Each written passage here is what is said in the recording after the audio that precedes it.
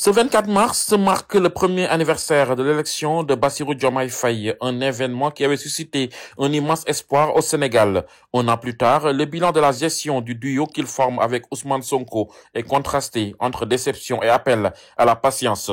Ahmed Souleymane Diop, militant de l'opposition, ne cache pas sa désillusion. Il réclame ouvertement la démission des nouveaux dirigeants, estimant qu'ils n'ont pas su répondre aux attentes du peuple sénégalais. Leur gestion, en grosso modo, c'est négatif.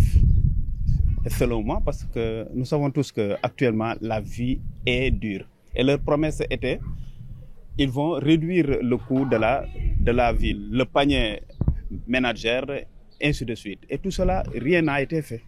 Donc le président aussi a effectué combien de voyages à l'étranger et on peut dire qu'il n'a rien amené dans notre pays, ni d'accord, ni de contrat et rien du tout. Pour moi, il doit démissionner, je n'attends rien du tout. Son sentiment est partagé par un jeune tailleur, ancien militant de Sonko, qui a décidé de quitter le camp du pouvoir. Il témoigne d'une situation économique difficile, où même les clients se font rares à l'approche de la Korité, une période traditionnellement faste pour son activité. Zéro résultat dans la tellement métti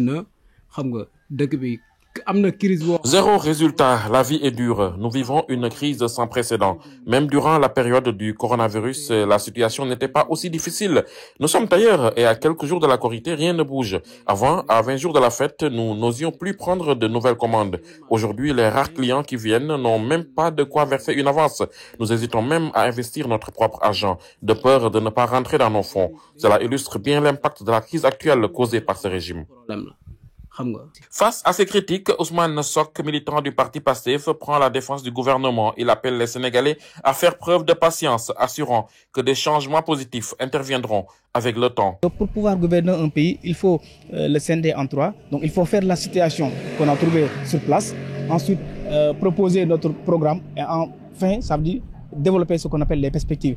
Donc voilà pourquoi on dit que nous trouverons ce qu'on appelle une satisfaction donc du bilan qui n'est pas un bilan mi-parcours, qui n'est pas un bilan donc de fin de mandat, mais qui est tout simplement un bilan des 1 an. Et sur les 1 an, nous ne pouvons pas faire toutes les satisfactions ou bien nous ne pouvons pas satisfaire toutes les attentes des Sénégalais, mais on va faire ce qu'on appelle un bilan sur les 1 an, mais sur les réalisations qu'on a posées, ou bien même sur les projets qu'on a posés, sur les réalisations qu'on attend de nous, à long, court et au moyen terme. Ce premier anniversaire de l'élection de Bassirou Diomaye Faye intervient à un moment crucial pour le Sénégal. L'avenir du pays dépendra de la capacité du gouvernement à répondre aux attentes de la population et à surmonter les défis économiques et sociaux qui se dressent sur son chemin.